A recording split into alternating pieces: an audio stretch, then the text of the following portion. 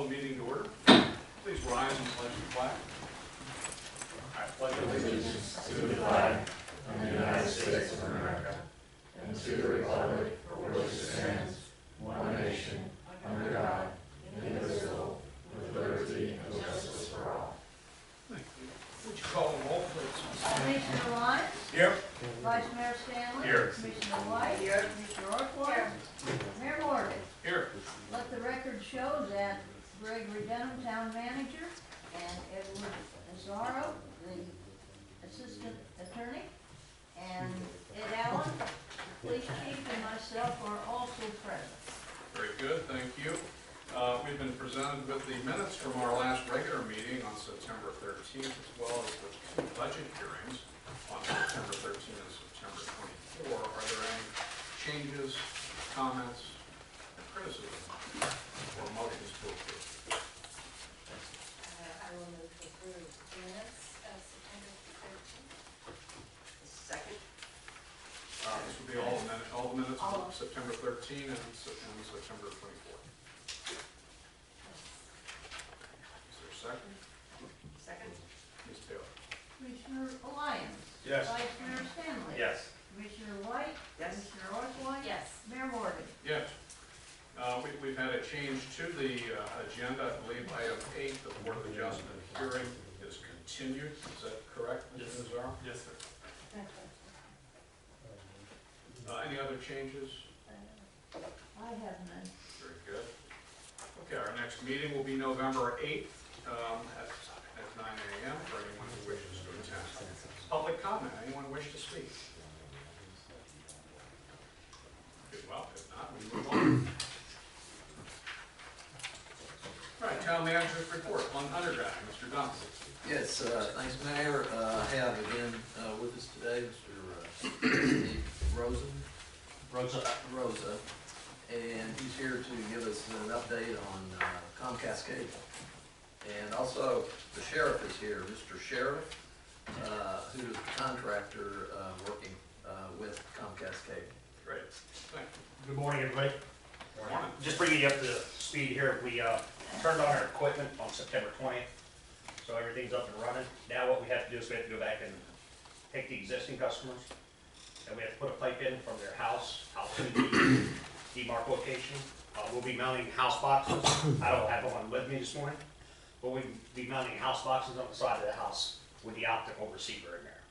I did bring an optical receiver. This is what it's going to look like on the side of the house, inside of a weatherproof box. Then there'll be this fiber optic drop will be attached to it, then attached to our equipment. So that's what we're in the process of doing right now. We're going to do the first 99 customers that are previous or that are right now current Comcast subscribers. That should take us probably about 6 weeks to get all of the house. And then we should be able to turn the rest of the system over.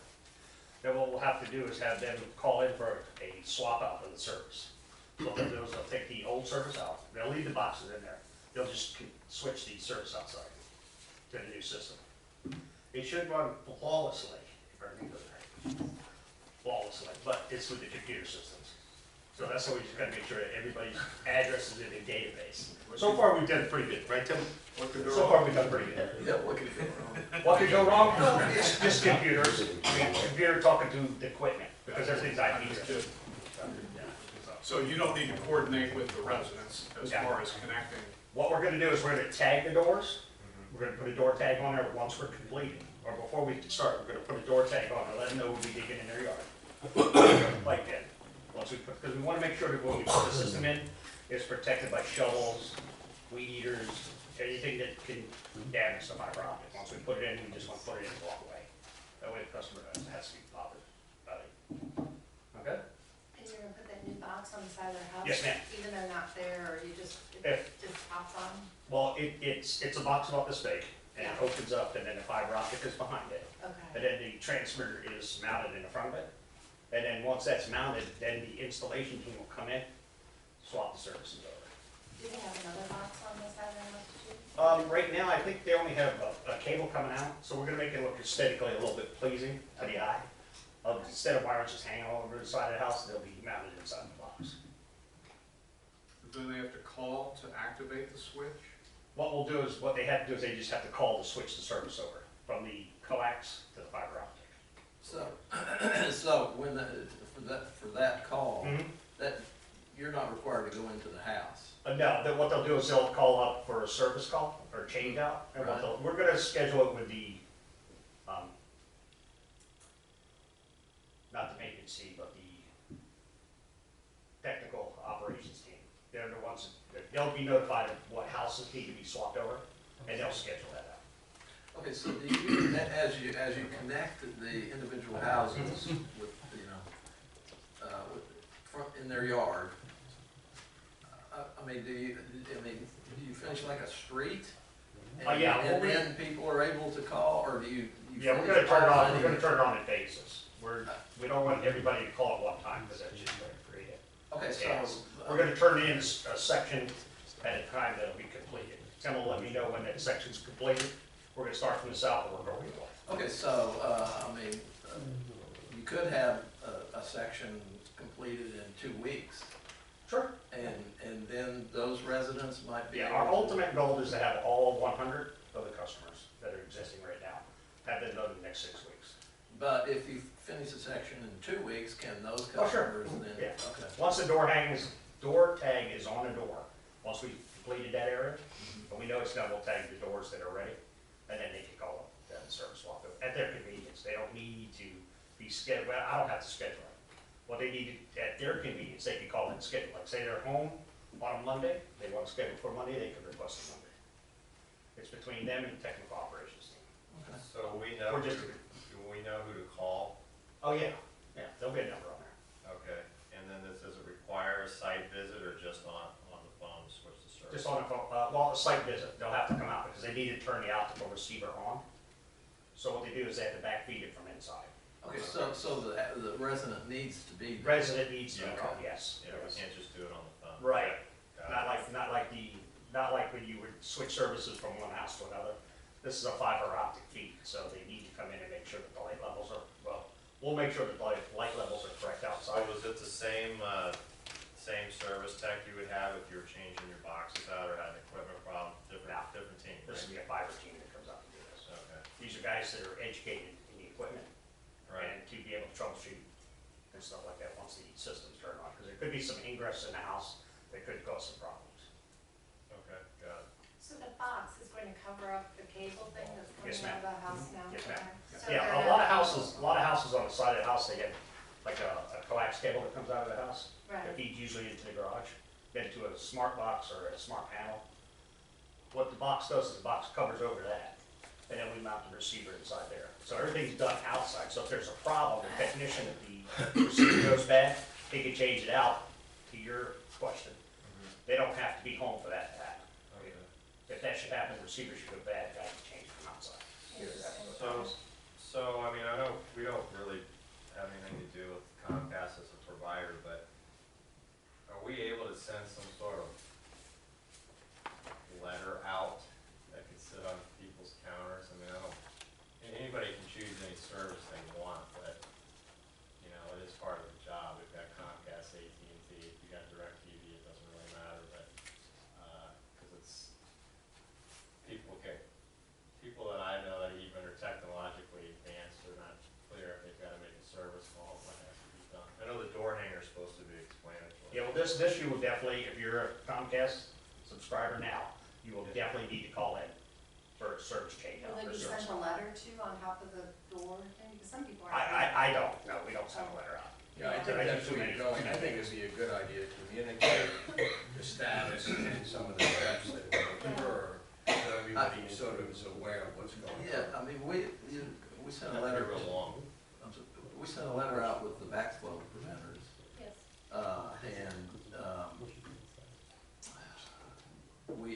We said in the letter that, you know, they didn't have to use what is it, Buckeye Plumbing. They're, you know, they didn't have to use them. They were the ones that, that's the service that we're using to test them. But if there's problems with their backflow, their piece of equipment, then and they had a choice of other plumbers that they could call. So we had a letter similar to that. It must just be, well, I mean, I don't know if it's that big a deal, but it was just a letter that goes to the people in the court. Says, hey, if you're a Comcast subscriber, please note the following, A, B, C. Sure. But will the same thing be, I'm sorry to take That's you all on, but with AT&T too? I mean, should the letter go out just as one, because to everybody and not divide AT&T and Comcast? Because will they be doing the same thing? Well, no, AT&T does not require a phone call. Okay. I mean, I've got the update on AT&T, but they, you know, when they splice, then they do cutovers, Okay. and they do it by sections also. You may correct me That's correct. if Yeah, if that's I'm correct, wrong. they cut it over in sections. Yeah, They're still yeah. doing, the old system that's here, I don't know about AT&T. Our system is brand new, state of the art. Right. When we started to do the town of Gulfstream aerial underground, that's when they decided, I think they had a meeting with town hall, the upper management did, and then they decided to do a fiber to the home, just the private homes in here. And that's how this whole thing come up, because we would have just probably done a coaxial aerial underground. Just throw both in there then. I mean, right now, we have a more deep, Yeah. Jones right. Sure, yeah, I mean, there's a little difference in how the cutover is done. But you can explain that in the letter. Sure. I mean, we're not recommending one or the other. Yeah. You got one, you Right. do this, you got that one, you do this. Yeah, and my understanding is that AT&T doesn't require a Right. call, so, There's a different system that we're putting in. sure, Versus what we had previously in here. right. We had an analog system in here, now we'll change it over to a, digital fiber optic backbone. So, So that's what we're doing. because of this change in the infrastructure, how will the service be different? It won't be any different. Is that any better? The only, yes, let me think, let me rephrase that. That was good, Paul. That was good. Almost caught me off guard. No, it is a better system. What it does is it isolates the problem. So if there's a problem, 9 times out of 10, it's right in your home. So it could be a bad fitting, could be a bad splitter. Right now with the analog system or the old coax system, what we're finding is you get what we call ingress and egress. So it could bleed over from another house back onto the cable system, the older system. So the new fiber optic, that cuts that totally out. So you have a fiber feed that goes from the cabinet straight to the side of your house. That's your only, you're the only one on that fiber, nobody else is on it. So you wouldn't have any backfeed problems. We're finding that as we go on and we explore these avenues more and more, we're finding out our biggest enemy is egress, which is bad fittings, jumpers from Radio Shack. Always do it yourself electricians. Will we still Plumbers use at one time. amplifiers? Pardon me? On the fiber? I'm sorry. So a lot of these houses have, depending on the system, they've got, like amplifiers, you plug in the wall. Yeah, those will disappear. You don't need those Now, anymore. once the technicians come in, they'll disappear. They'll probably stick in what they call a balance amp, Mhm. which what it does is it gives one outlet directly to the modem. Because the modem is the most sensitive one, because that's where all the internet rides. Right. So what we do is we isolate that by itself, and the other TVs are individually balanced inside the house with it's a no-gain amp is what we call it. And that takes a lot of that junk out. Okay, so there could be just plenty at that location. They might not even be here, because these things run out pretty hot. Sometimes we have to pat them down. Yeah, well, good, no, Yeah. that's a definite improvement. Yeah, My because the house- houses are big out My here. house is tiny and I have 2 amps. Where do you live? Right here, Really? yeah.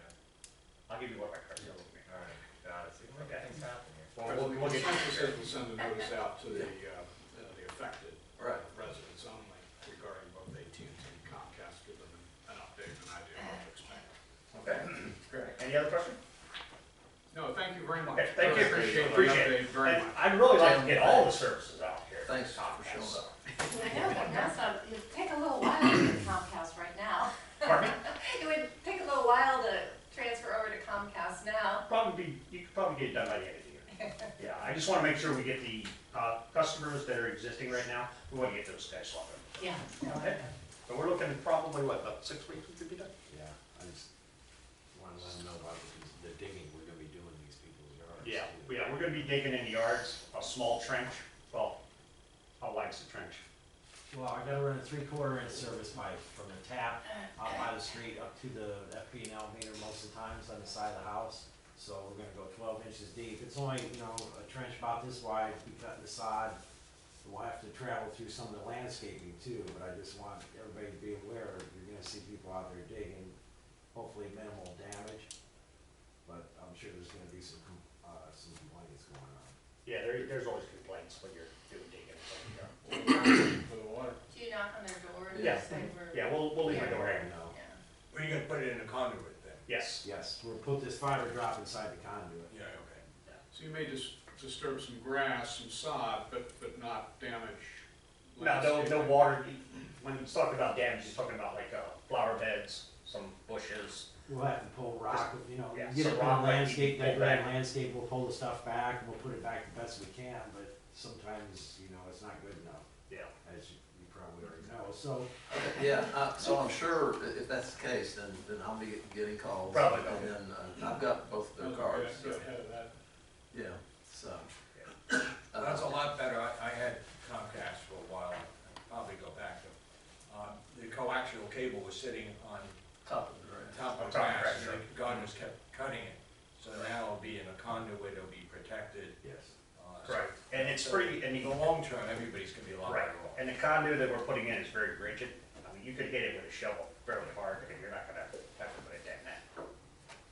Now, if you hit it with an axe, you'd probably go through the jacket outside, but to penetrate that fiber is gonna be almost impossible. That's why we wanna put everything in a duct. Because I always feel it's better to put it in a duct, because when somebody's digging, they tap it with a shovel, they go, ooh, something's there, just like your sprinkler system at your house. If you're digging in your yard, and you touch that sprinkler system, you could have one or two things, either a good day or a bad day. If you break it, it could be a bad day. You spend a lot of time at Home Depot like I have. Okay, Thank all right? you, guys. Great, thank you. Thank You guys have a nice weekend. All right, you too. AT&T update. Yeah, so all bores are completed. The last piece of cable to be pulled is from Gulfview Union, and they're hoping to start that today. Splicing is in progress, and they hope to be finished with that before Thanksgiving, which is basically about 6 weeks. So almost the same amount of time that they're talking about. They're like them. Once they finish a section, then they can do the cutover. So they don't have to wait till everybody is, spliced up and connected to it, till they do the whole system at one time. They do it, sections at a time, so. I think this is all good information. We can actually, there's light at the end of the tunnel. But it is important to get this letter out to Right. people, so. Good. I wanted to tell you about the guardhouse at Place Osaway. It's done, it's passed inspection, but we found that the formica that was used by the subcontractor when they were cutting it has chips in it on the edge. And so I've talked to the contractor and they'll be replacing that, but it's passed inspection. Everything looks really good inside it, but the contractor just hadn't seen the finished product, and so he wouldn't want that in his house, so he's changing that for us.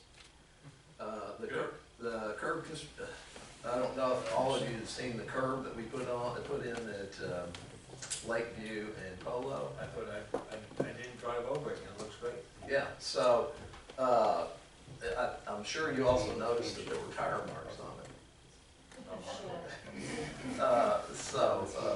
And I, in fact, I think 2 days after they put it in, I was out over there at Mr. Klein, Kent's construction site, and I was looking down the road, and I saw a big truck pulling a huge a backhoe, and he was gonna turn right up there, and then he saw the sign, no trucks allowed, so he had to go straight, and he drove over it. And this is just a couple days after they put it in. I was afraid they might crack it, but anyway, so it's working, it's doing its job. On that one, I've gotten a lot of feedback from it now that I'm out and about.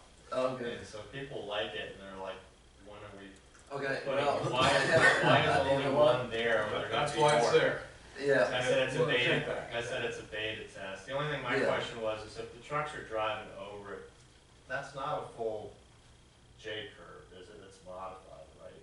yes, yeah, I mean, it goes straight down, I mean, it doesn't Because have. those things, when the trucks hit them for about a year or two, which is accomplishes goals, don't they kind of crack in the middle. You think they still do that on that product? Well, the type of concrete that he used is, That fiber stuff? yeah, it's supposed to be able to take, trucks running over it. I mean, it's kind of like the curb we have out here in the parking lot, and you'll see tire marks on ours, but where it's broken up is out here leaving from the parking lot onto County Road here.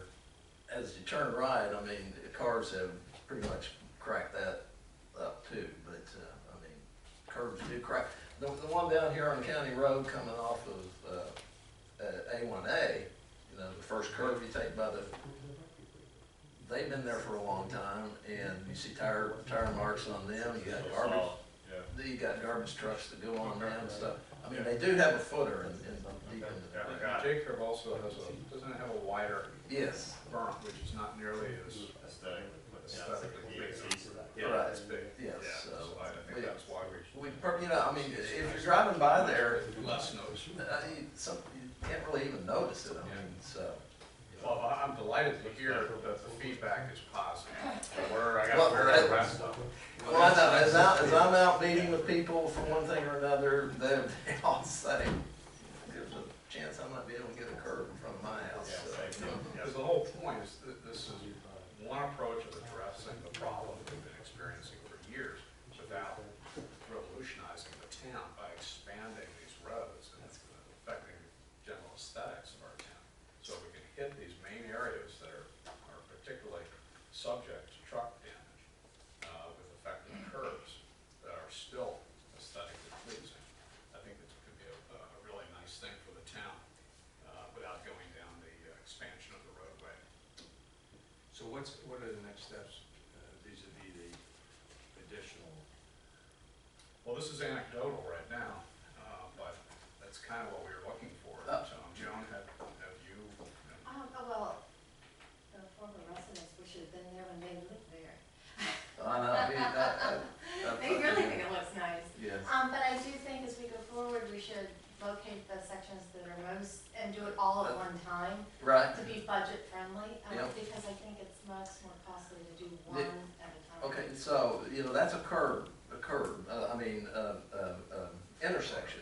Right. So we have straightaways that, that are regularly impacted, especially when they're located close to an intersection where a truck doesn't make the turn very well. So I'm looking at another product here, which is, could be used on straightaways. It's used in overflow parking areas that are grass, Mhm. and it's got a base that's like a honeycomb to it. And then you put the grass on top? That's right. Yeah, I've The seen grass that. grows through it. They do it on a lot Yeah, of and fields. so, and I'm they working park cars with on it. our resident there on Lakeview, the one next to Graciano, Yeah. about the vegetation in his front yard, or in the right of way, Yes. about taking And putting some of that in. out and putting this in. The Ely's? And I think that's a good approach. Again, I think we should take baby steps on this. Oh, Beta sighting it, because I don't think we want curbs going up the straightaways. I don't think so. Just the Anyway, it's turn gonna area, give us a curb chance areas to that see. get Can we damaged. incorporate this when we do our streets though too? I Mhm. mean, is that something, it Sure. would be more economical? As we're doing the streets, to Yeah. do it all at one time? Sure, but I mean, we, look, Just- in November, we're gonna have Baxter Woodman here to Right. talk about our CIP program, so if a particular street's not gonna be considered for several years, we'd like to try to, Yeah, I think I'd like to get one of Yeah. these in Yeah. and see what it looks like. I mean, I'm working with a resident now, about taking some of the vegetation that comes out to the street, and putting I this think in this there. is a really good That's idea. site for it. Yeah, I'm excited about Okay, this. so, just give me a call, I'll be. It- Noise friendly? It works on fields. I wanna Once get you on park mine, too. cars on it, That's they right. still need to maintain the Yes. playing field, and they Yeah. tell So, it's used in grass parking lots all the time. Yeah, So when do you think we can get this done, our beta site? Really soon, because I met with Okay. one of the residents this week. And I think you have the support of the committee. I think so, to be yeah. honest. That's kind of what I needed. The residents and- seem to be, you know, as long as we're careful with the aesthetics, the residents seem to be pretty positive that the town is taking action on something. Right. I don't know what the mayor was saying. So is this what you found out on your walks? Yeah. Check everything out. it's amazing what you find out when you're walking around. That's right. So, okay. The next item is this, an update on Baxter Woodman. I'll try not to take too much time, but we had our 50% design review meeting on September 26th with Baxter Woodman. We came up with some conclusions, and but the main reason to do this was to approve the alignment of the piping. But there were other items that we talked about. The existing water services will be abandoned in place. I think we already knew that. We are going to need to be choosing locations of proposed new fire hydrants, service lines, and any lines that go under A1A will be jetted. And the design that they're working on ensures that water will continually be supplied to each resident and road during the construction. In other words, we won't have to be shutting off any water to anybody. On C Road and Little Club Road, they are suggesting, to try to save some money, is that we do an open cut trench that would be right where the pipe is, as opposed to, milling the whole pavement at this point in time, because we'll later be doing new overlays on these roads. So to save money at this point, they're just gonna be trenching where the pipe will go. And so that won't be as pretty, but if you don't like that, just tell me now, so, that's an effort to try to save some money on this. Let's see. On County Road, the pipe is proposed to be installed on the east side of the right-of-way. We only have 10 feet of right-of-way there. And the right-of-way is not always, or the pavement is not always totally within the right-of-way. And so we're gonna have to be talking about whether when we do the restoration of County Road, whenever that might be, whether we're gonna put the pavement where it's supposed to go or just replace it where it's at this point in time. But the water main will go on the east side because it has to have 10-foot clearance of sewer main. So we're doing that, with the proposition that someday we'll be having, new sewer mains potentially on the west side. They have to have that separation. Then when it goes up there, back up to A1A, the water main will be installed between the existing, those light poles, and the western edge of the right-of-way. Let's see. So we did agree on the alignment and installation method. Some of it's going to be bored. Most of it is going to be bored because of the Australian pines. And but the rest, when they're able to, they'll be doing trenching.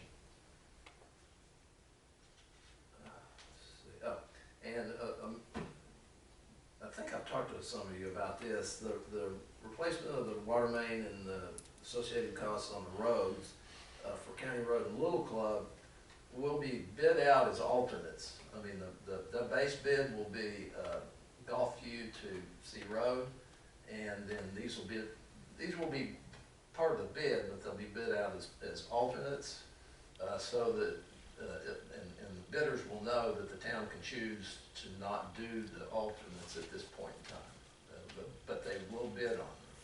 So that's common practice for bids. So the bidding will break out A1A, That's right. county, and, That's right. well, they know up front that those are alternates, that we may not choose to do those at this point in time. So that's, Is there a reason we, not to get too far down the road, is there a Well, reason why we didn't? I don't um, wanna rehash any part of it. I think, you know, we've begun to now look at septic to sewers, and Baxter Woodland's gonna be giving us I think it's probably gonna be ready next week, but we'll talk about it in November. Cost of, you know, the transition. And so it's just it's a way that, also we, you know, it's a way of managing the cost of the project. Yeah. That's actually two reasons. That is one, so that we know what these costs might be and can budget for the future, but more importantly, when you itemize sections, you get better bids. That's right. They've got to focus on their numbers instead of coming in with one large number to cover themselves. Yeah, because Cost contingency is too high. That's So, right. I think So- those two For general reasons. conditions line items. So they do, they look at them as really as separate items, so I think they sharpen their pencils when they do that, so. Very good. So that's, Anything else? Yes, sir, I'm sorry, I had three short ones. As you know, Boynton Beach, or you may not know, Boynton Beach had a boil water issue this week.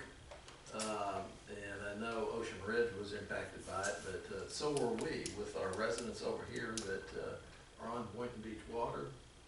And so I found out about the boil water notice 2.5 days after they announced it on Facebook.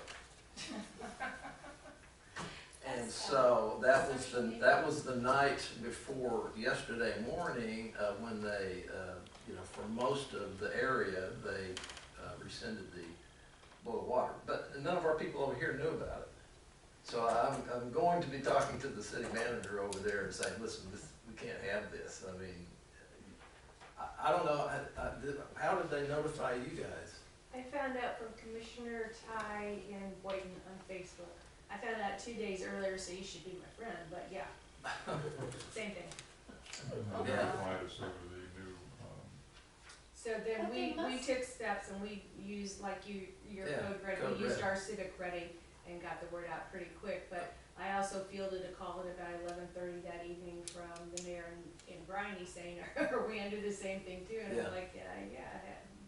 So Boynton, I think, is being talked to quite sternly. I know, I mean, I heard a little snippet on the news that their residents weren't real happy about the notification procedures. How did they notify the residents? Well, they put it on the, you know, they notified On the TV webpage. stations and their web page.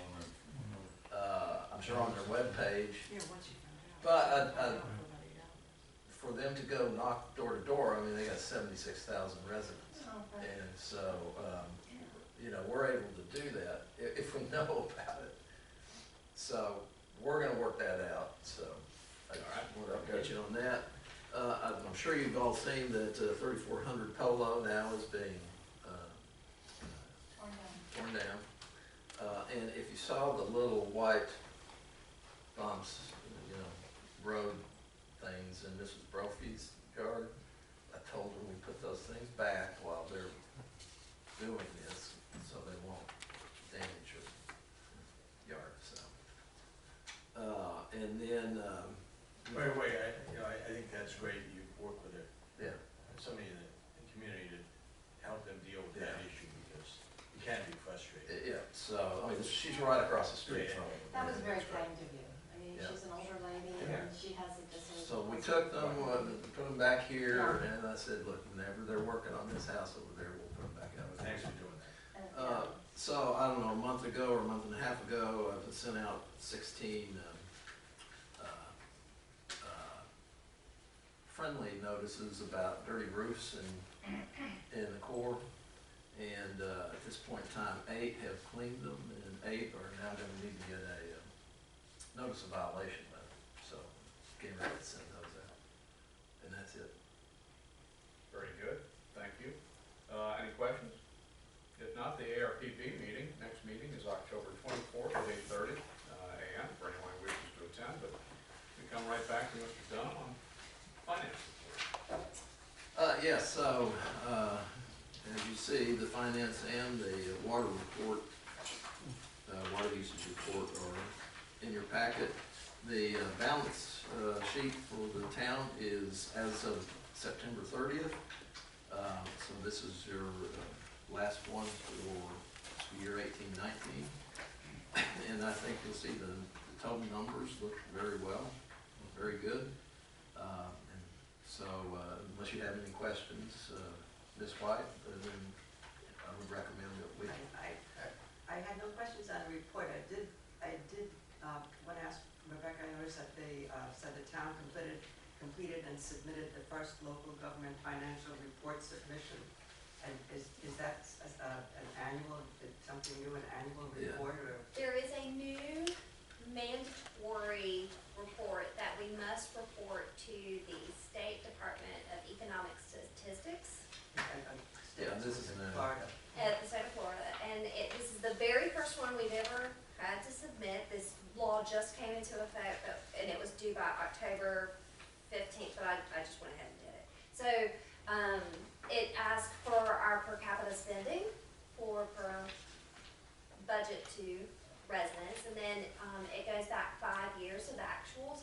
It's a pretty concise snapshot of the town of Gulfstream's annual expenditures and what we're spending per resident. So, I don't know, it's just another new thing. I thought since it was new, I would mention it, that we're in compliance with that. So will it be possible later on to see some statistics, how we compare against other I would comparable? assume Yeah, the I'm state sure is we'll be doing compiling that. them. I assume that's why they're So doing I'm it, assuming right? that they're doing that. So ours are in there. If you'd like to see our report, I can always provide that to you. So I have some questions on Okay. the income statement. Okay.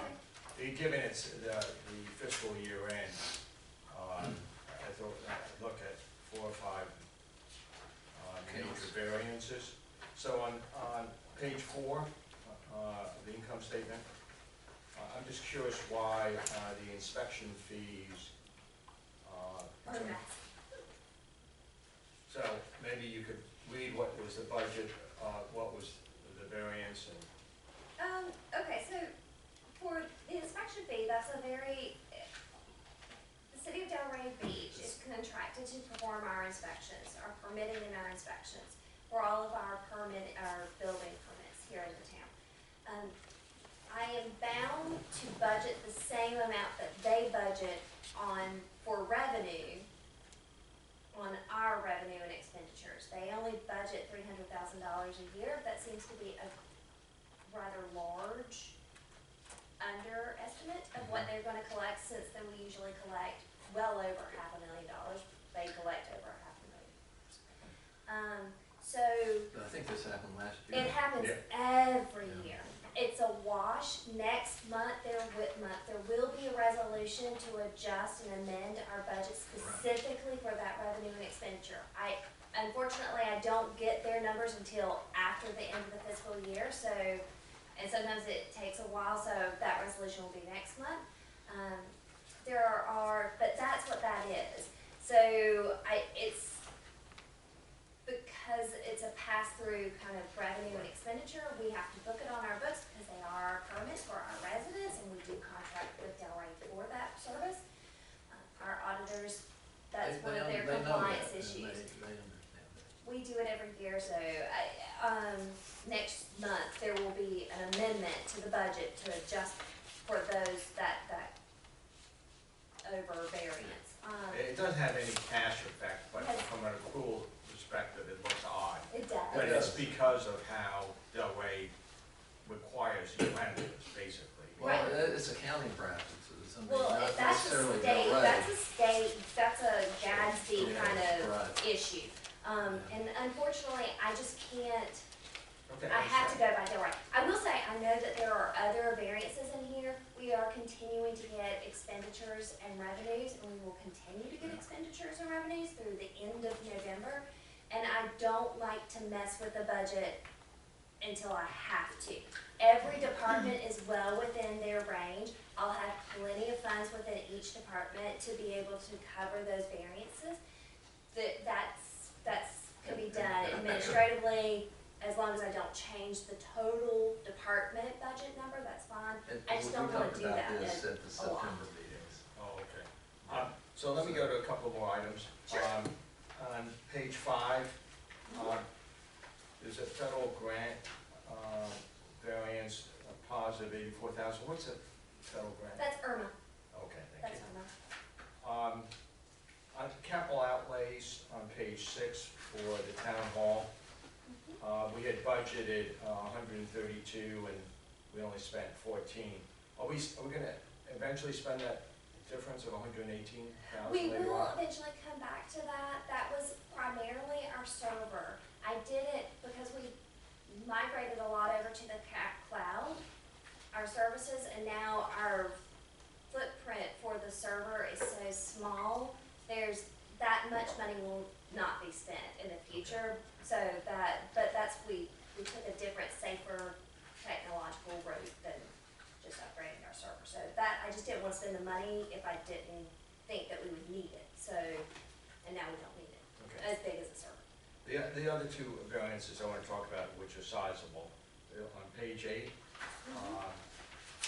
capital outlays, we had budgeted for the streets 335,000, we only spent 122. That's just a timing difference, right?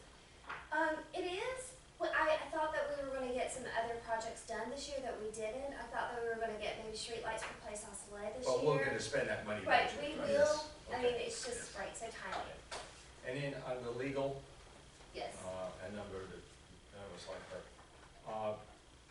In this case, we were better than What we budgeted.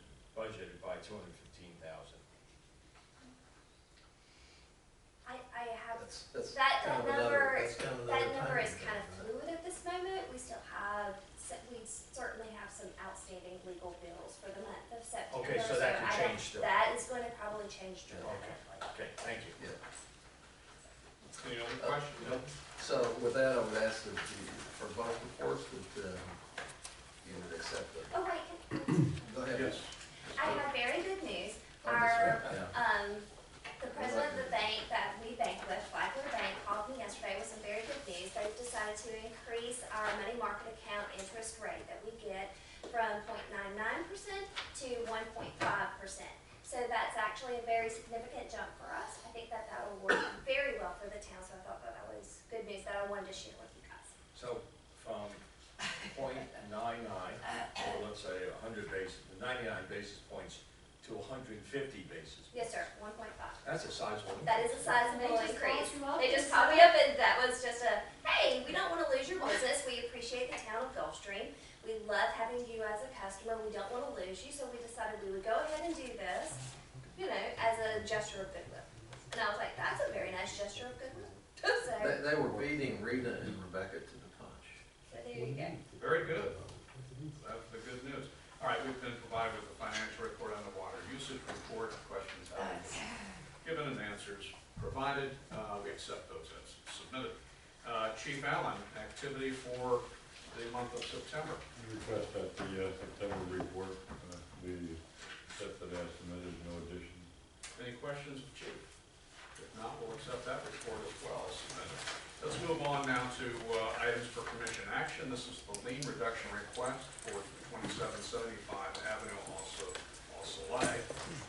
Mr. Nazara, do you want to just bring us up to speed? Yeah, thank you, Mayor. So at everyone's seat was a letter from Zach Mazur, who came before the town commission 2 months ago with a different proposal. This proposal, as indicated in the letter, is a $430,000 purchase price, a mandatory knockdown of the structure, $50,000 payment to the town. The details are that the neighbor on the east side is the buyer, and his intention is to knock down the house, join the lots, and build a house on that property. With us are Mr. Carano, who's at the podium there. He's the real estate attorney for the estate. Mr. Mazur is also in the background, and then Mr. Stanton, our resident here, who's the buyer, is also in attendance. Also, I printed out, just so you can get an idea, Mr. Lavoie's property is in red. This is an aerial from the property appraiser's website, and Mr. Stanton's property is the one directly next to it. And if you flip to the next page, there's just an aerial of basic overview of the Place Hostelay community and where this house is located, where these houses are. They are right at the entrance, and that's something that that impacted the discussion at the meeting two months ago. This proposal is really to address three concerns. The first concern is wanting something really nice at the entrance there. And I believe that in our discussions, what they're bringing will be very nice with Mr. Stanton. I'm sure he can talk to that, but his intent is, to demolish the structure and build a nice big house there at the entrance. The second thing was the payment. The feeling was that $20,000 was too low. The offer is now $50,000, so that is an increase. And the third issue was, well, if we do foreclose on the property, we do knock down the structure, we do sell it, what's the timing for all of that? How long is that going to take before we get something really nice there at the entrance? So I believe that this comes a long way from 2 months ago in meeting those three concerns. And I throw it to you for discussion if you want to hear from Mr. Carano or Mr. Stanton or anyone as far as any specifics of the proposal or what their offer is. Okay, well, I guess anyone who's going to speak today should be sworn. Ms. Taylor?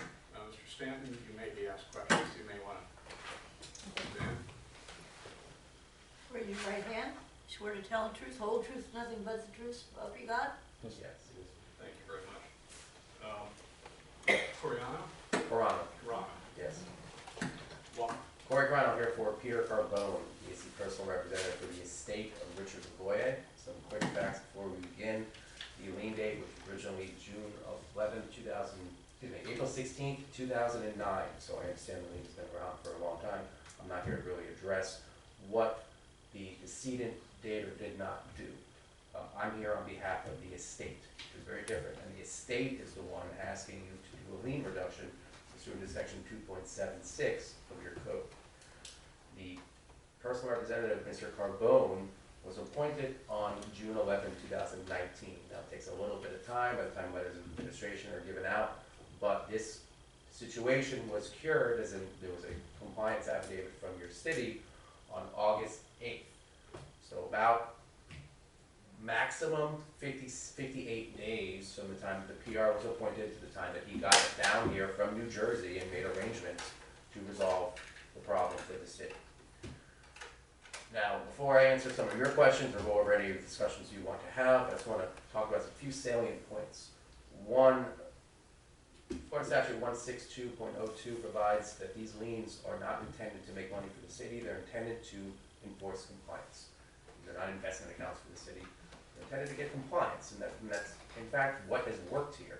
Your lien may not have gotten Richard Lavoie to do anything, I can't control that. But it did get the estate immediately to come in within 60 days and resolve the problem. And two, again, I want to preface again that I'm not here for Richard Lavoie. I wouldn't have an argument in the world coming here on behalf of Richard Lavoie telling you that you need to do a massive lien reduction. I'm here for the estate. The estate timing moved in. The estate cannot control Mr. Lavoie. The estate was given the rights to control this property. Within 60 days from New Jersey, they got down here and did. Now, we have proposed a contract to you all where they sell to another unit owner in your city, and he's going to demo it. My clients don't really want to demo the property. This is being done as a goodwill faith gesture towards the city. No one really needs to go into litigation over this property. Technically speaking, the lien itself cannot, Trey and I have debated this issue, but my position is the lien itself cannot even foreclose on this property because it's homestead property. And that homestead right will transfer to the heirs. Now that's a legal issue for us to debate, hopefully never. But we're not here to do that. We're here to offer you $50,000, which is, reasonably speaking, a year's salary for an average human being, and a demo and a sale to another member of your community. that note, I'm here to answer any questions. I've also got Zach Mazer. He is the realtor who put together the deal. I know Zach has been here before you. Has always been polite and kind. I know I can't speak for him, but I think he's done sales in Gulfstream before as well. Can you transfer homestead from an estate to heirs like that? I mean, it's a legal issue that, you know, I mean, his position is that the homestead protection would transfer and prevent us from foreclosing on the property. Even if that was true, we could still foreclose against the estate and get whatever money is in the estate that's not protected by a very limited homestead. So this sort of agreement would at least allow us to have some control over the property as opposed to just, you know, a larger monetary, satisfaction of the lien. I don't believe the estate has a significant amount of money in it either, so. What's the amount of the lien? It's about $1.9 million. Is there interest on that as well? There is, that does not include the interest. And you represent Mr. Corbone, a New Jersey resident? The personal representative of the estate, yes. Yes. Are there other heirs as well? There's about 4 other heirs as part of the estate, yes. Do any of those heirs reside in Florida? They do not. The Carbone family resides in New Jersey. The Lavoie family resided here in Florida. My understanding is the mother and the mother's other sister perhaps, were all in this area, but I don't have the exact information to tell you. Apparently they were local residents for a long time. But neither family's heirs had any intention of taking this property and living in it. Is that correct?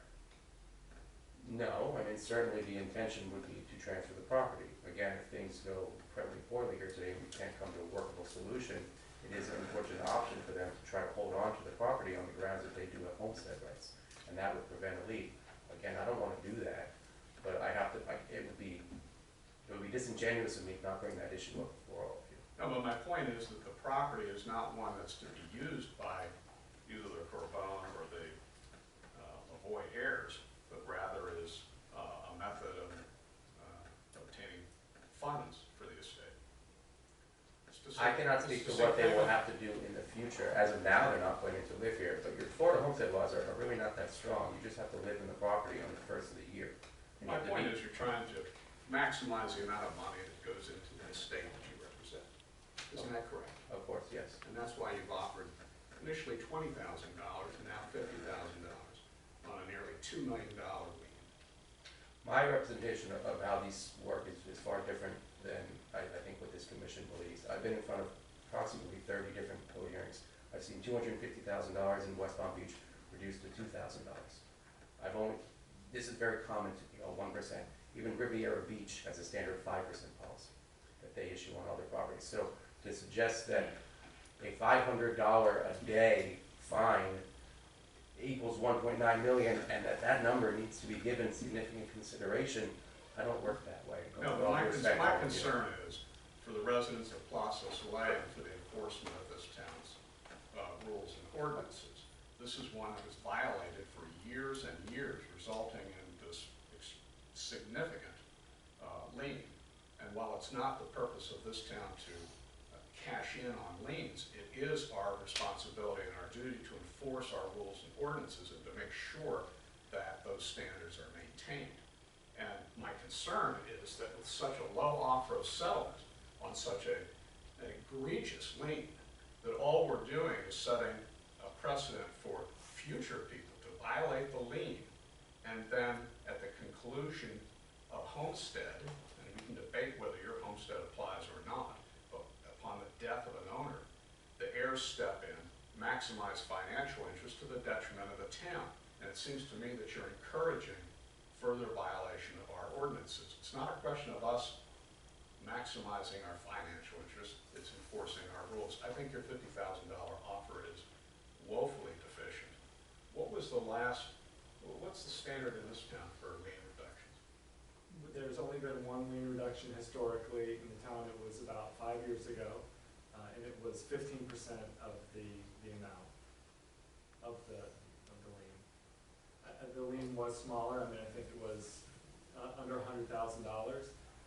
But there were significant deficiencies in that, and I believe it was a foreclosure, and the bank sort of paid us money to go away to transfer clear title.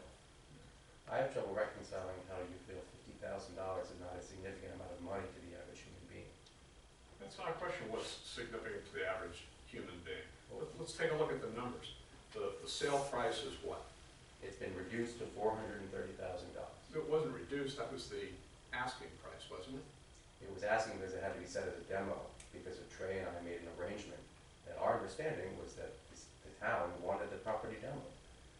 The property appraisal website has the property listed at $630,000, which We I'm want a not nice, happy we want a nice home with. there. I can dispute that. The property appraisal website has the property listed at $630,000, so there has been a reduction.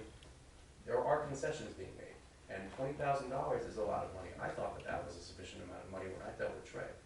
$50,000 is a significant increase on that. So let's take your number, $435,000. What is the real estate agent's payment?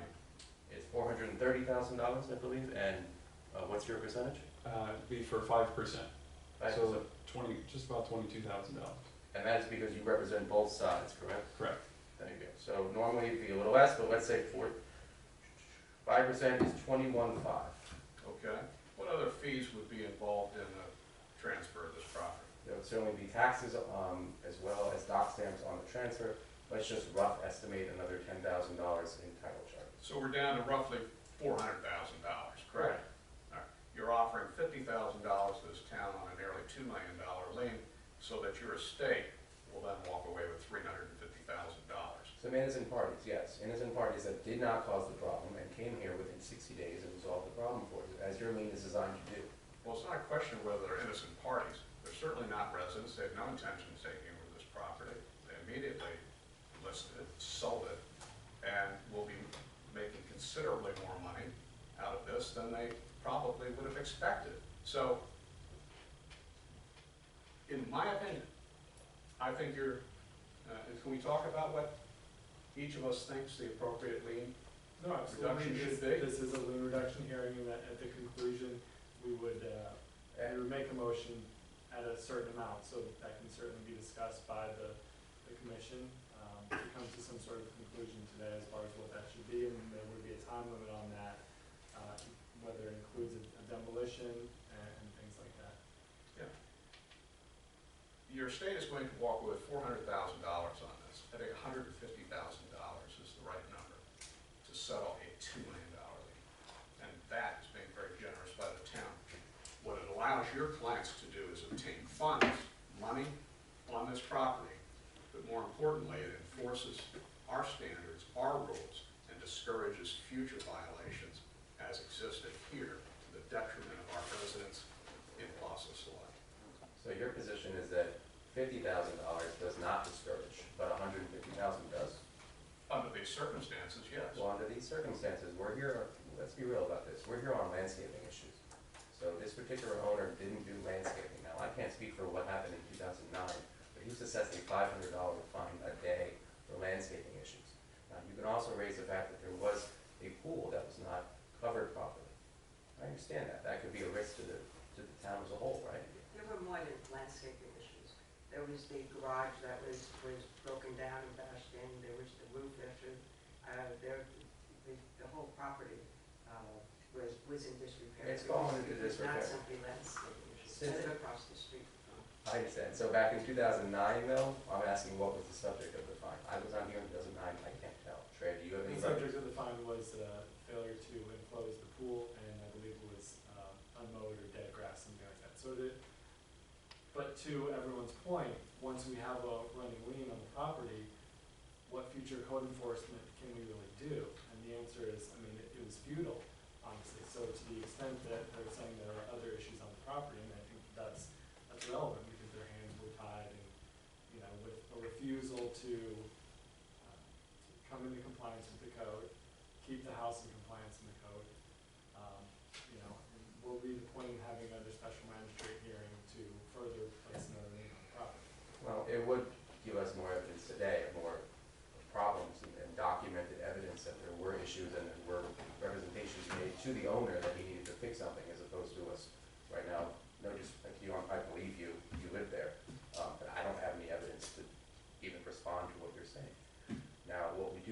landscaping and the pool issue, and the town has the right to cure the pool issue, and it didn't do it either. Under the town's code, it could have went and paid to repair that pool. So what we really have is a significant lien on grass. And in my That's mind, a total misrepresentation of this issue. That is just a misrepresentation of this issue. how so? There have been, not only the notices of violation, but the hearings. In the hearings in this matter, $500 a day fines do not come easily. That's not the first sanction. It was a repeat violation, yes. You're It was the exactly maximum right. repeat. It is under the your- maximum. There Correct. was a reason it was the maximum. And initially I said, I'm not here to talk about what Richard did. I don't want to do that. I'm only talking about this globally. And again, it would be disingenuous of me to not bring up these issues. I'm not here to attack the city. I'm not here to say the city's done anything wrong. I'm only talking about what the estate has done since it took the ability to do what it can do. And within 60 days, if we got the property in compliance, and within another, let's say 90 days, another 30 to 60 days, we got it under contract to another owner in your community. You reduce the lien by $150,000, it's $250 clear for your clients. That seems eminently reasonable under the circumstances to me. But I open it up to other commissioners to question or comment. What I would suggest as well is the offer is $50,000.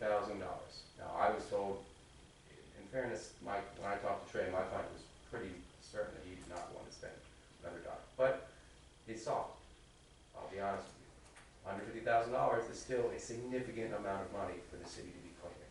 If you wanted to say, my idea is it took 58 days from the PO, personal representative, to resolve the problem.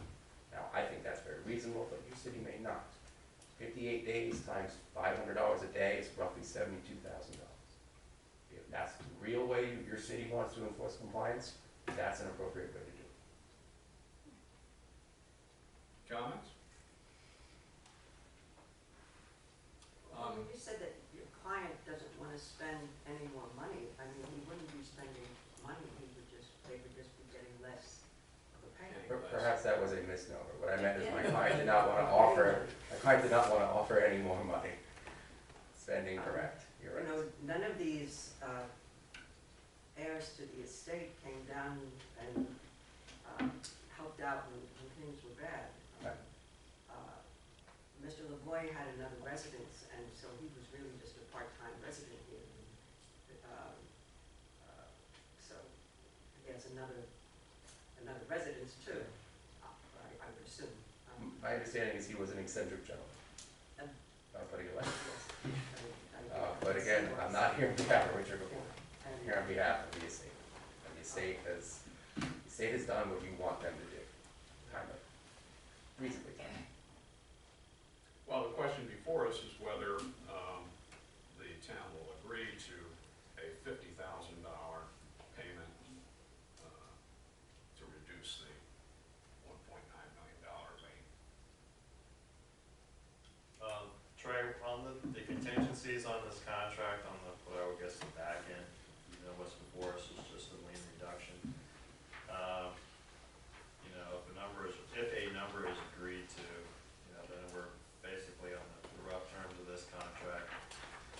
It's gonna be a release, and then obviously there's a condition, it's kind of blanket condition, I know there's a little more to it than this, but it's gonna be a demolition permit, demolish the improvements on the site. I mean, obviously it takes a little time to issue a demo permit. Can you, maybe we need to hear from the adjacent property owner quickly. I think we have a number issue, but there's a couple of other considerations depending on what we vote on today or what happens in the future. Right, we would need to get an idea from Mr. Stanton, the timing and how much time we would need to do the demo. I think in speaking with Mr. Randolph on this issue at length yesterday, he indicated that we would sort of set the terms, demolition and cash payment within a certain amount of time, and we would agree to, release the lien. But I just don't know what the timing is for Mr. Stanton and what his time frame is for that. I think that he did come by yesterday and speak with myself and the town manager about what he believed were some issues and what his timeframe was, but I certainly invite him to address the commission, answer any of those questions if you would like to.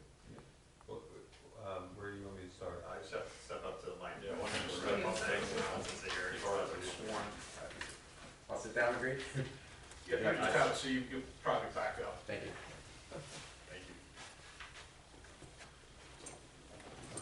Ms. Finn, your first name? Daniel? Daniel Stan? Yes. Welcome. Thank you. What would your plans be for the property?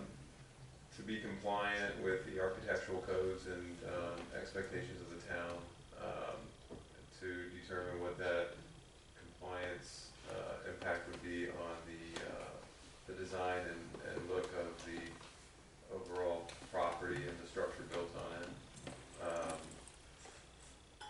And to have a bigger place to have my new baby born in March to run around in. So those are the initial plans, I guess.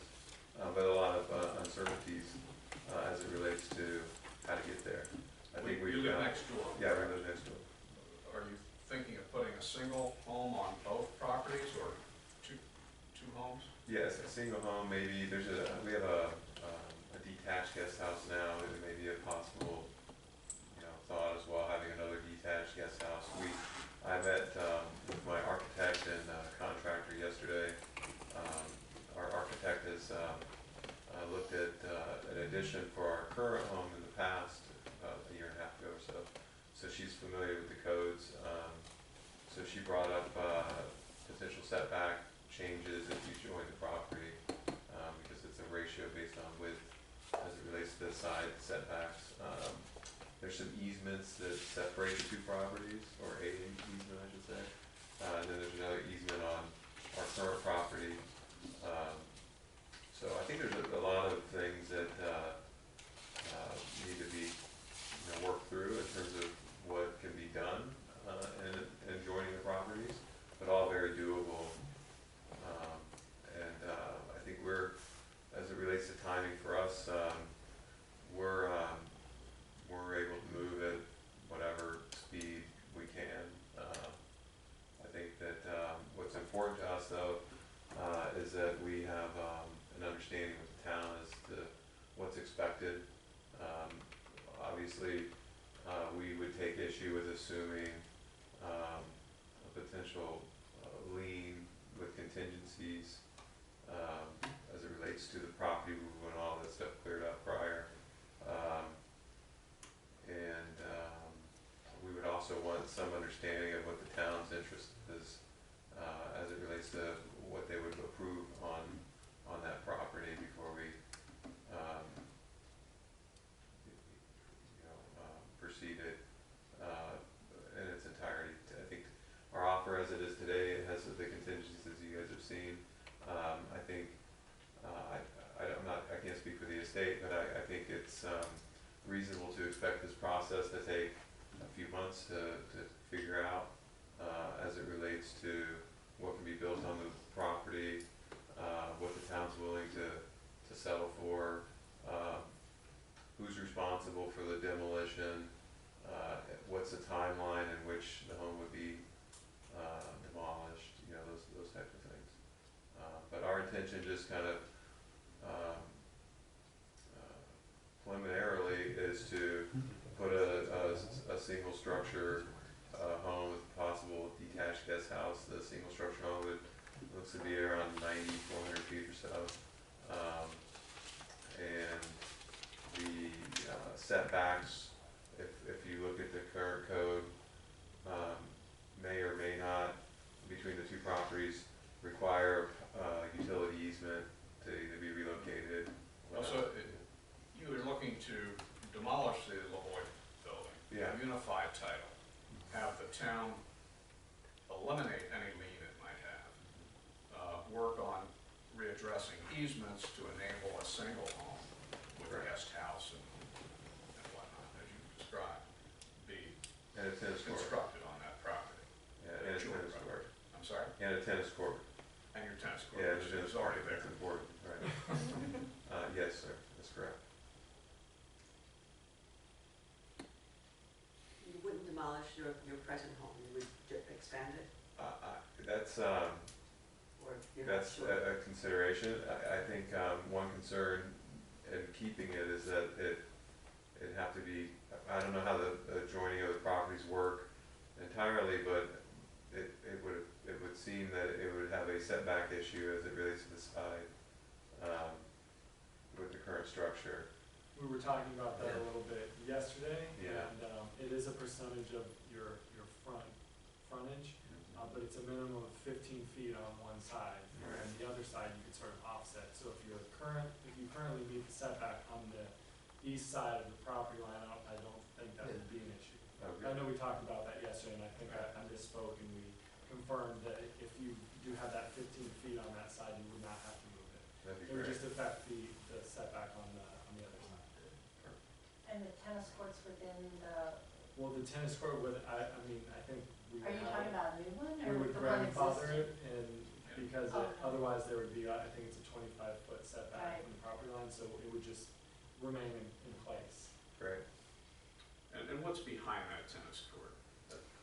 2,900. Exactly. Right. So grandfathering is a good idea. There's no question that it's in our interest, I believe, to have a resident take this property and develop it the way you are talking about doing it. At least for me. I'm impressed by that, and that's why I'm working to reduce that lien so significantly, which we have disagreement on the number, but I think my number is very, very significantly reduced. But we would be, I think, very interested in working with you to develop the property as you have described. Great. So, you know, it's, the devil's in the detail. Right. Your heirs want their money, you want the property. Now we gotta figure out the beta of $100,000. I don't think you should pay it, but I probably shouldn't have said that. I don't either. Because you're solving a problem for the town, in my opinion. Yeah. And I agree with the mayor that, this would be a great solution. But we have the issue of the deterrent in the future. Sure. And so I'd like to get to a conclusion sooner rather than later, whether we're gonna do it or not do it. I'm not sure how we can accomplish that.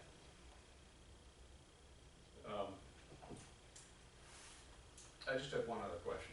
You had mentioned you weren't sure who was going to demolish the existing building. Yeah, I think the way we have the contract written today is we would be responsible buyer for the demolition, but I think there needs to be some things considered that we would have to work out in terms of, Like what? what exactly that means. Well, timeline, for example.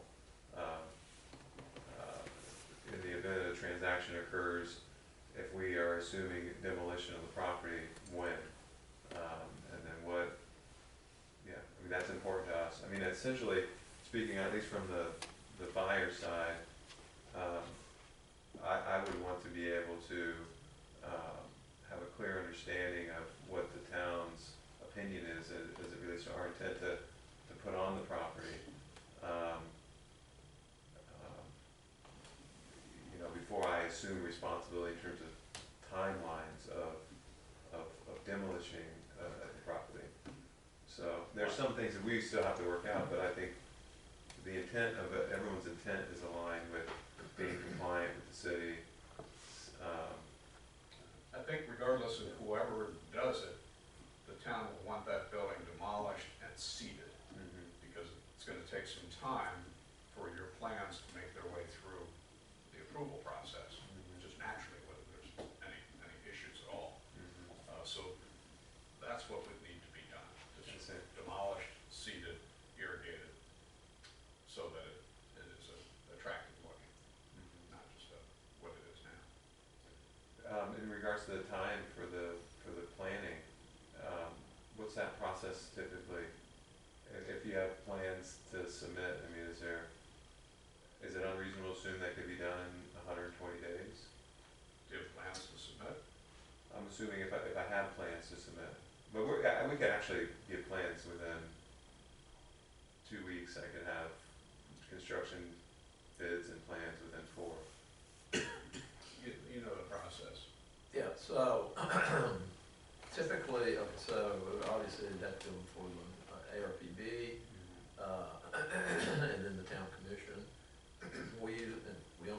meeting a month for both boards.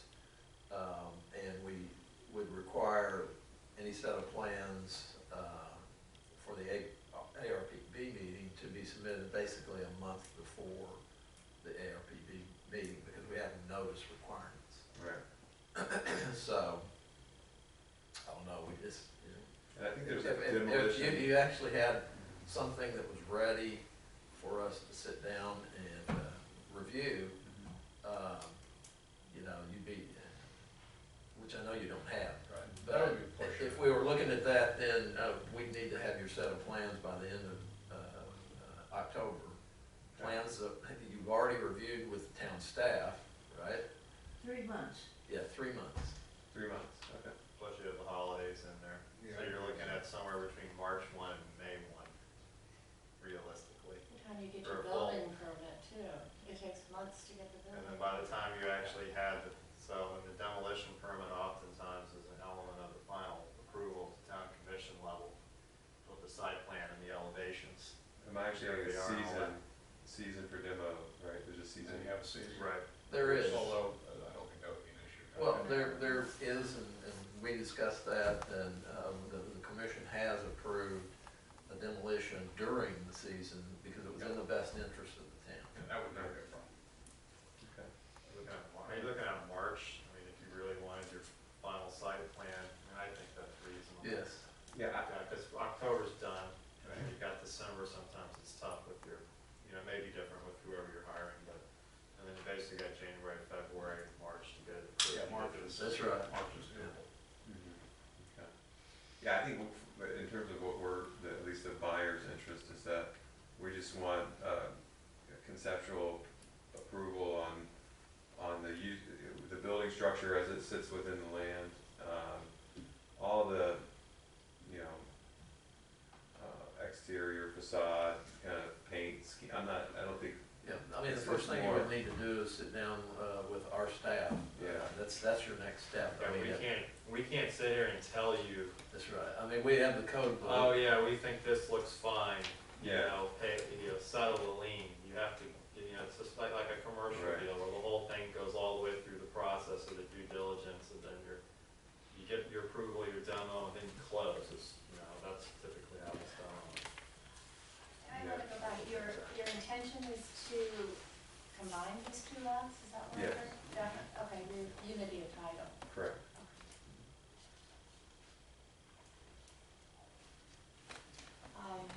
Getting back to the lien, did I hear 5% of sometime the value of the lien, which is $1.9 million plus? I mean, 5% of that's at least $100,000. 94,500. So I think you mentioned, Mr. Crono mentioned Riviera Beach typically does a 5% on things. They do. Substantial. Riviera Beach says 5% or provide a good faith basis why we should take less than 5%. And more likely than not, they're not gonna take 5%. I mean, No, this is different. I don't dispute. I don't think if I came for Riviera Beach and asked them, they would probably say the same thing. But again, I'm not here on behalf of Mr. Loyer. The heirs have offered 50,000.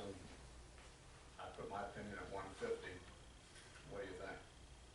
Well, it would have been higher in my opinion, but I'm trying to be reasonable at 100. I guess my question is, have all the heirs reviewed it? I mean, do they know what the offer is, or would they still have to approve? They've all consented to the $50,000. Okay. So I mean, that's a done deal. If you reduce to $100,000, I'll have to get it approved. I can't guarantee that I would do that. Right now, I have $50,000 approved and ready to go. And again,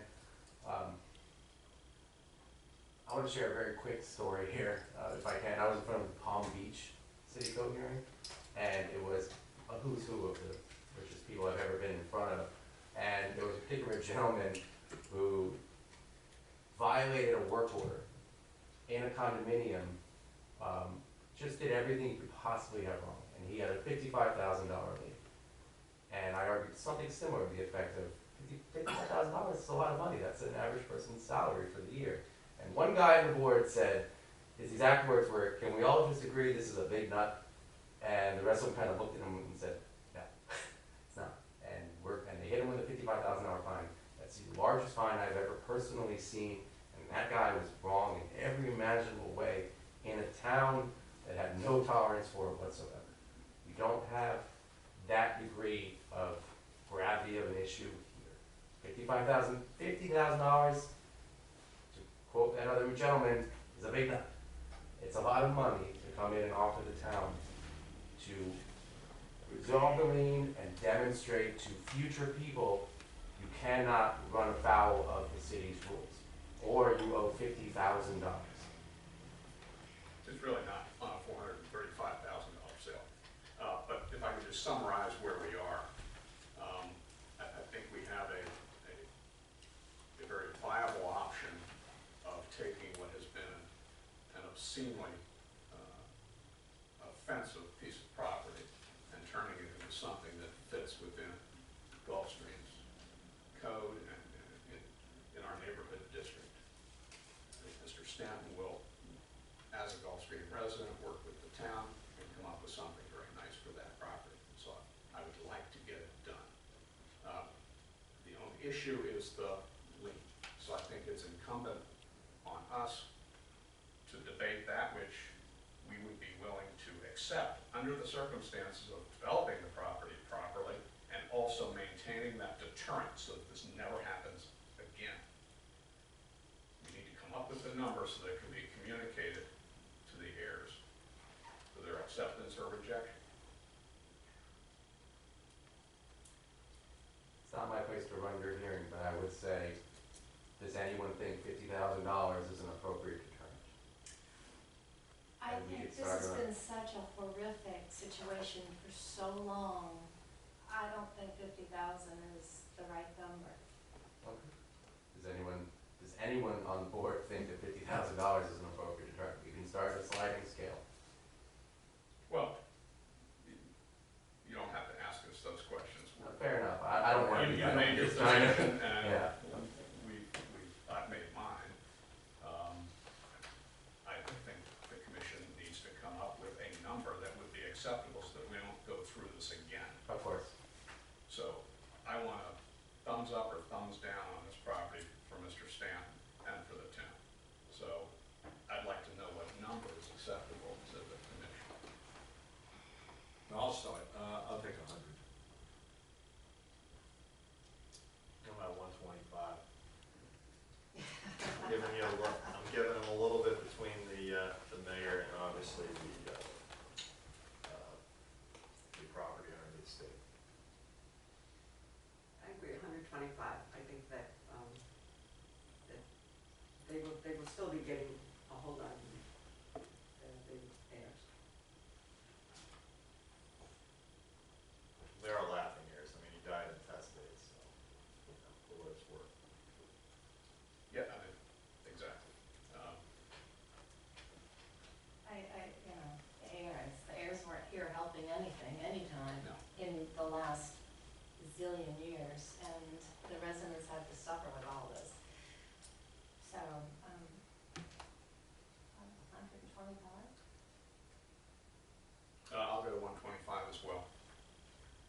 Unanimous? Doesn't make any difference, yes. I'd like to have unanimous. That's our position. Do you need us to vote on it? We would need a motion to accept the lien reduction contingent on demolition of the property and payment of $125,000 prior to releasing the lien. Can I put another dimension on it and some timing? What are we thinking timing? I'm sorry, yes, and we would also need a time frame for which that would need to be completed. So, Mr. Stan, I don't know if there's a time. I mean, really, I think that it would be up to you as far as the timing goes. And the heirs can probably accept or reject the offer relatively quickly. It's really just based on the demolition. Right. I'm not prepared to comment on that now, other than, we build commercial properties every week, and we're pretty capable, and to move as quickly as,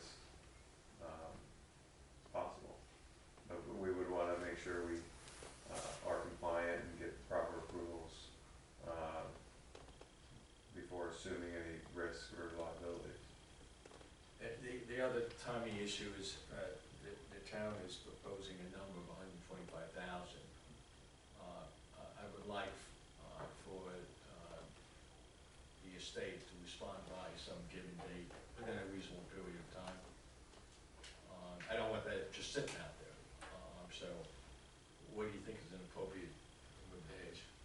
Should note quickly, 14 days to get back to us with an acceptance or rejection of $125,000. And really, the timing on the property is all contingent on the lien release. Fair. Is there a motion? I'll make a motion, I guess. Motion to approve a, lien reduction for the lien reduction hearing in the amount of $125,000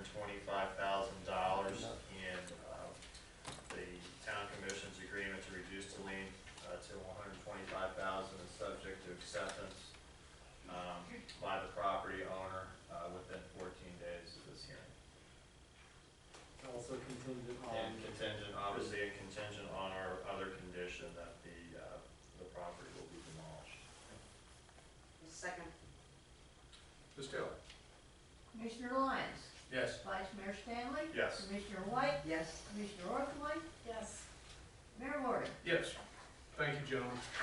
Thank you. May I ask an administrative question? So, let's assume, that, the estate accepts that number. Can all the mechanics start flowing right away, or do we have to wait until another 2 weeks for our next meeting? Oh, no, we would be able to go ahead and, Yeah. Mr. Stanley, get everything. The staff would get that all. That's right, yes. Good. So, yes, sir. Thank you. If you need anything, gentlemen, obviously reach out to the town. Okay, let's move on to the adoption of the personal policy handbook revisions. Yeah, thank you, Mayor. This personal policy handbook, it was originally developed back when Scott Harrington was the town manager between 1991 and 96. I think I've been told that it took about 3 years to develop it during that time. But since then, the handbook's been revised 3 times, as you can see, in '04, '07, and 2015. When I got here, I read it, and it was always going to be a goal of mine to revise it, upgrade it, new laws, new case law affecting some of these items that are included in a typical personnel policy handbook. And so what we distributed to you was the final proposal to you guys using the existing handbook and then including strike-throughs and underlines that would indicate what we're recommending to be changed and or added. And so I know it's rather long, and so I don't know if you've really been able to read it thoroughly. As opposed to going through it page by page, what I was going to suggest, at least to begin with, to at least identify sections that are actually new, and then some that were still in the handbook, but were old and not even being used or enforced. But I will, pardon me for just reading, what a handbook is for, and that's in the introductory statement, but for the benefit of the audience. This is typical for towns and cities. A handbook has been developed to introduce you, being the employee, to the town of Gulfstream, and providing you with information about working conditions and some of the policies affecting your employment. And we ask them, obviously, to take time to read the manual. They do have to sign it. It goes on to say it describes what the town expects from you as an employee and the programs the town has adopted for your benefit. And so, obviously, it's to provide a good working environment for both the employee and for the town. Unless you have some initial questions, I'll I'll try to point out areas of the, and as you can see, most of this is in black, and so I would say 90% of the handbook is, you know, existing and not being changed. It's what is new? We never had any kind of a definition of retirement, and so on page 31 we've added that definition. And how does that impact? Be in compliance with GASB 77 and 78, which governs how the towns manage their OPEB, which is other post-employment benefits. You have to have a clearly defined retirement policy. Nothing actually changed in here, it just never was really written down formally in our personnel handbook. We took our investment schedule and for our 401, also when the employee becomes eligible to be able to withdraw from the 401, and we just kind of use that as our template so we could be in compliance with GASB 77 and 78. So there's nothing really in there that we haven't been using, it's just now formalizing it into a statement and definition. We've never, well, I guess in the past we had, the town did have credit cards, and then we didn't, but we now instituted 2 credit cards. The police department has one, and administration has one. So we've added a new section about the use and hopefully no abuse of how to use the credit cards. So that's a new section. A big change, which really doesn't change anything, is that in our vacation and sick leave schedules, and how you determine how many hours you've taken and that sort of thing, it was based on number of days, but as you probably know, employees, non-police employees work 80-hour work weeks, and our patrolmen work 84-hour work weeks. So to make it, correct? Yes, Sorry? well, pay periods. It's 2 80 weeks. and pay periods. Yeah, that's 2, yeah, our pay period. Love you guys, which but is- not 80 hours. Which is 2 weeks, so I'm assuming you know what I'm talking about. So, so to make it easier for us to, and more efficient, I should say, to determine vacation and holiday pay and days you've taken and that sort of thing, we made it, we put it into hours as opposed to days for both vacation and sick leave. So we've converted that. There's a section in here on longevity pay, which is still in here. The town has not been doing that since 2011, and so we're recommending to remove that. We have a new drug and alcohol policy. It is actually an attachment to this because it is rather detailed. And so, because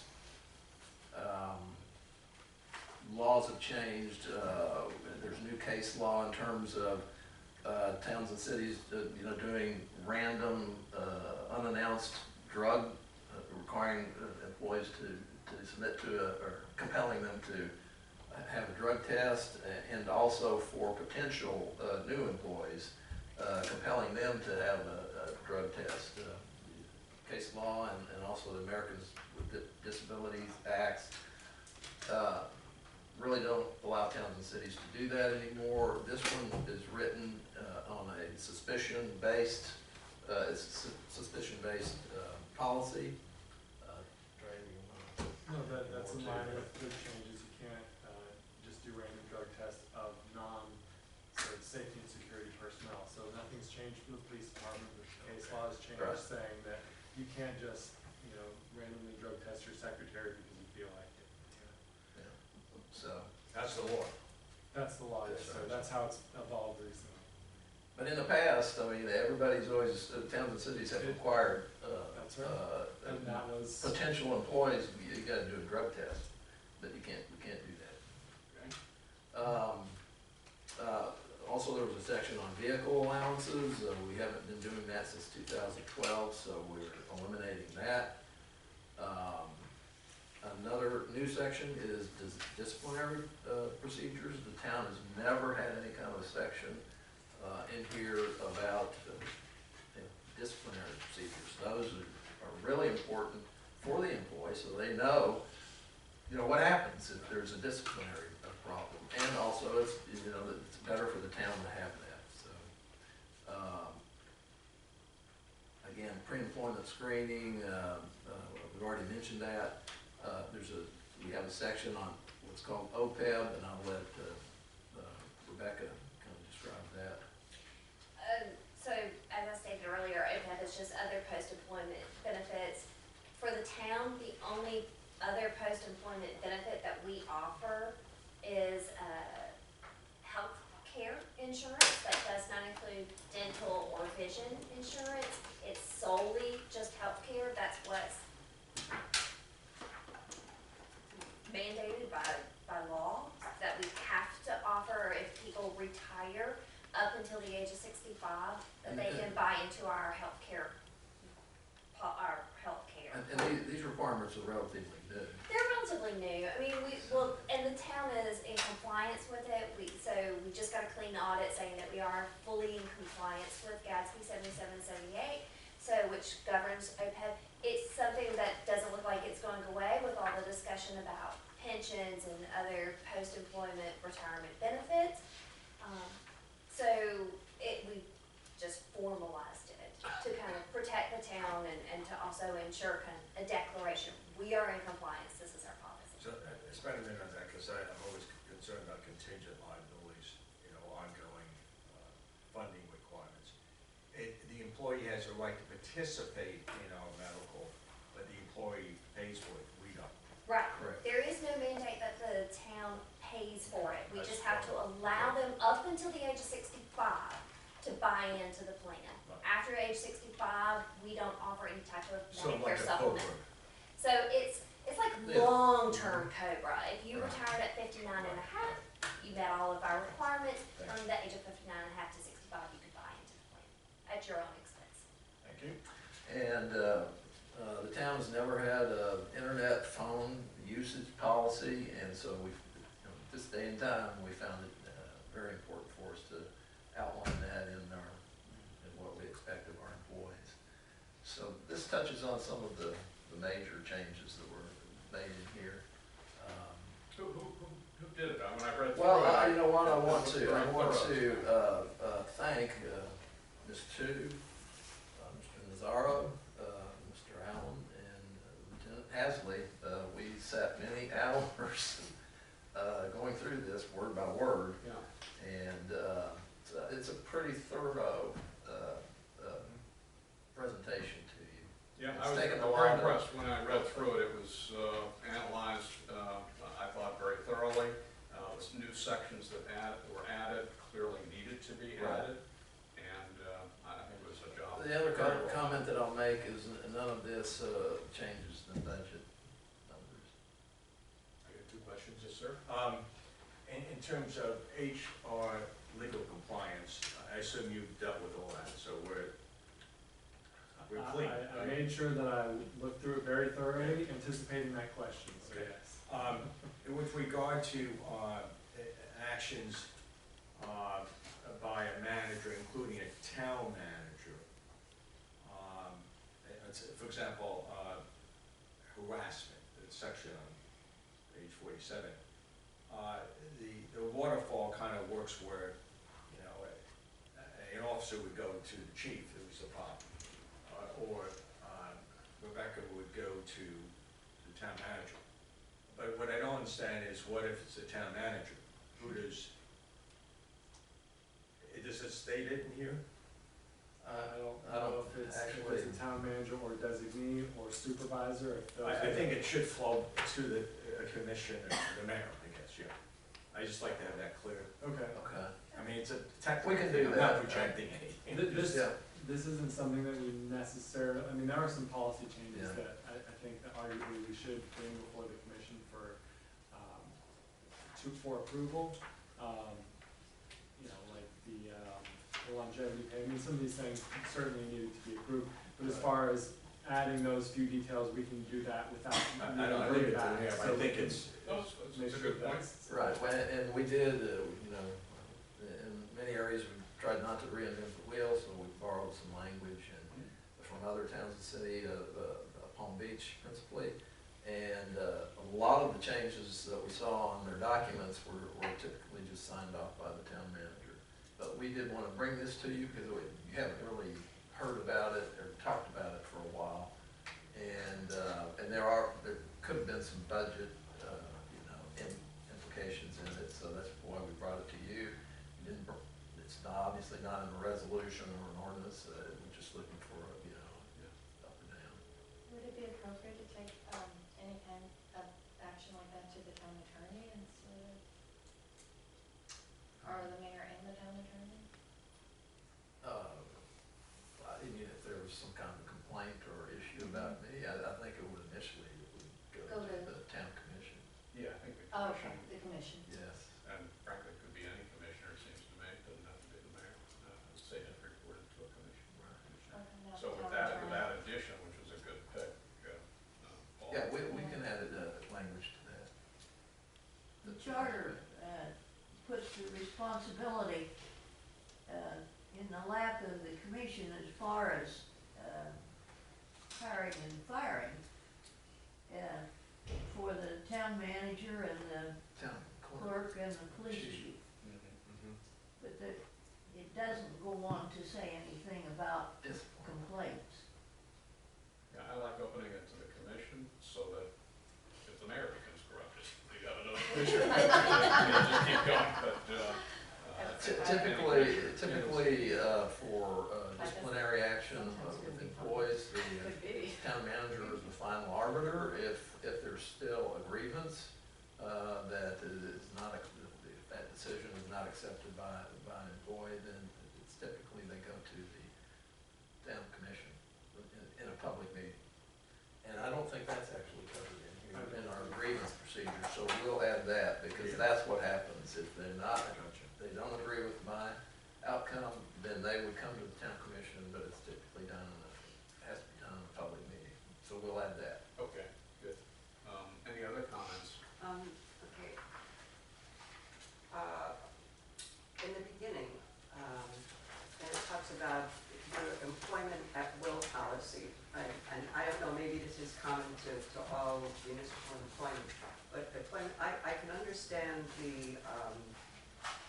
an employee being able to resign for whatever reason, but it's reciprocal so that the town can employ you at will.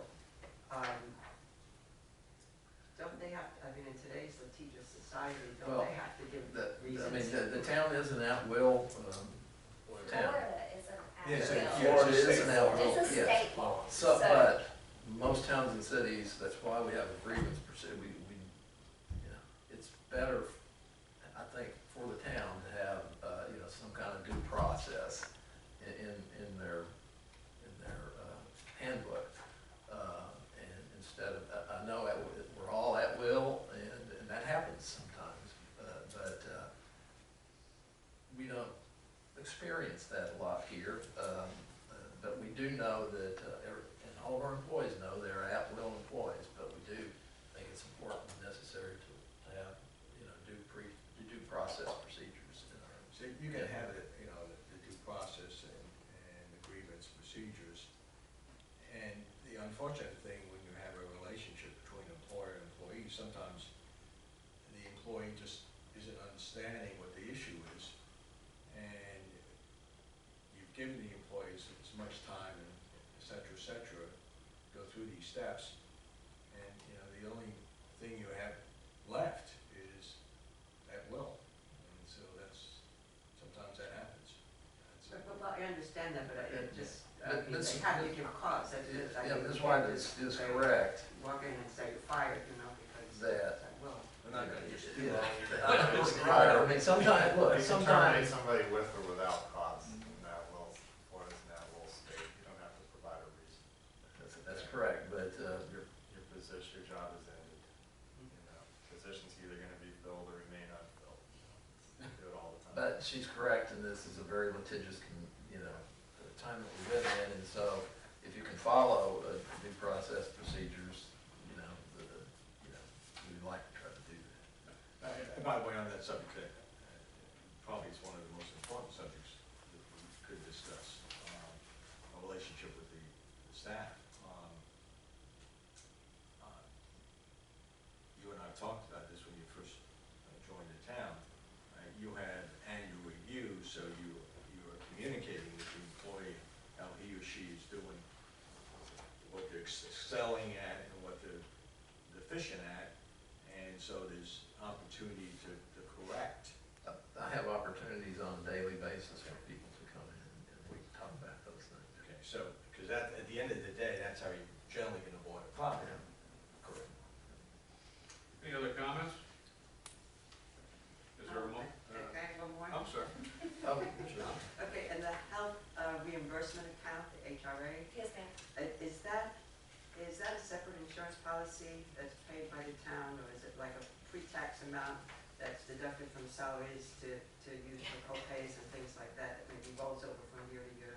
The way that our current plan works and how it has worked is that it is a benefit to the employees. The town allots $3,000 per employee to go into an HRA account that is managed by an outside HRA administrator. Currently, it's Chard Snyder. It is allowed to be used, it's kind of like an FSA account. You can use it for medical expenses, such as prescription cost, doctor visits, eyeglasses, hearing aids, in-home health care if you get to that point, that kind of thing. You can use it to purchase and pay for insurance premiums. So it's very, very strictly governed by the IRS. And so the town allots each employee $3,000 a year. It kind of helps offset some expensive medical costs that are not covered by our insurance. And then it rolls. It It does accumulates. roll over. It is the employees. Basically like the HSA. And it's, Correct, so that's how it But at works. some point in time, the town commission agreed that would be a benefit to the employee. I don't know how many years. It has to, okay, so from what I understand, it was around 2007, 2008, I think. It was originally with a company called Benefits Workshop, or JAG Enterprises. We recently changed over to Chard Snyder, simply because they have a much more comprehensive federal reporting capabilities than Benefits Workshop did. So it's just a benefit. That's what it is. Anything else? Okay, that's it, I'm done. Very good. Is there a motion to approve the personnel policy handbook revisions? I'll move to approve the handbook, first personnel policy handbook revision. Second. Ms. Taylor? This is, you're approving it with the revisions With the made? revisions, Yes. With the revisions and as modified with the discussions we had previously. Commissioner Lyons, Yes. Vice Mayor Stanley, Yes. Commissioner White, yes. Commissioner Orthwein, Yes. Mayor Morgan. Yes. Any other issues anyone wants to bring up?